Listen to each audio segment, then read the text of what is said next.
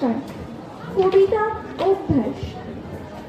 জানিস, অভ্যেসগুলো খুব বাজে।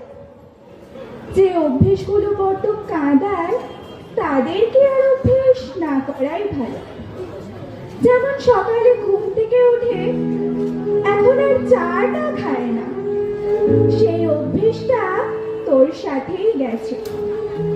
সকালে কফিটা হাতে নিয়েই ব্যালকনিতে ল্যাপটপ করে বসি, এক এক করে নোটিফিকেশন গুলো ঢোকে, কিন্তু তাদের তোর নামটা আজ খুঁজে পায় না।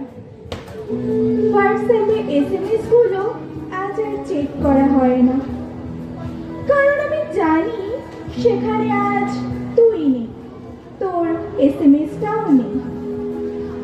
সত্যি এখন আর বাংলা সিনেমা ততটা দেখি না, ভালো লাগে না।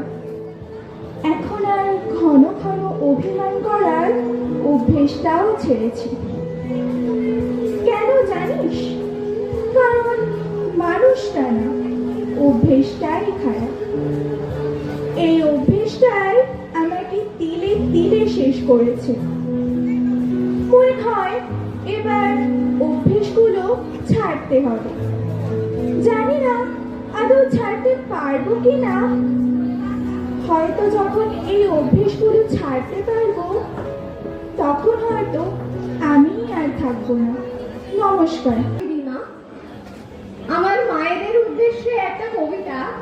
আজকালকার দিনে সকলেই ম্যাক্সিমাম ছেলে মেয়ে মায়েদেরকে অবহেলা করে, মা বাবার স্থান বৃদ্ধাশ্রম। তো সেই নিয়ে আমার একটা স্বরচিত কবিতা, আমার নিজের লেখা কবিতা।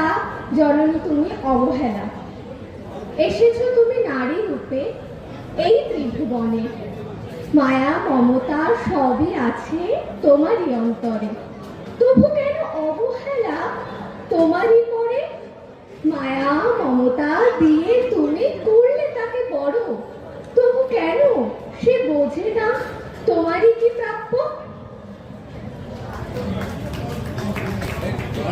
ডায়েরি। প্রিয়তম ডায়েরি, কেমন আছো? শুনিলাম তুমি নাকি মান করেছো, এ কথা কি সত্যি? যদি সত্যিও হয় দোষ কি আমার, বলতে পারো? মনের কথা শুধাই কারে?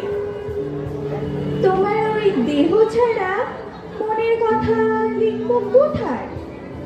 আমায় তুমি বলতে পারো? তোমার শুভ্র পাতা অলঙ্কৃত কালি দ্বারা মনের খবর লিখছি আমি, পরিপাটি ছন্ন ছাড়া। এতেও দোষ আছে কিনা বলতে পারো? মনের কথা শুধিয়েছি, যদু মধু রাম শ্যামকে শুনিয়েছি, কৌতুকের পাত্র ছাড়া তারা তেমন কোনো সুরাহা দেয়নি। কেন তা বলতে পারো?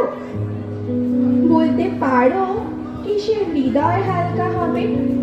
বলতে পারো কিসে কান্নারা এসে আর ভিড় করবে না? বলো।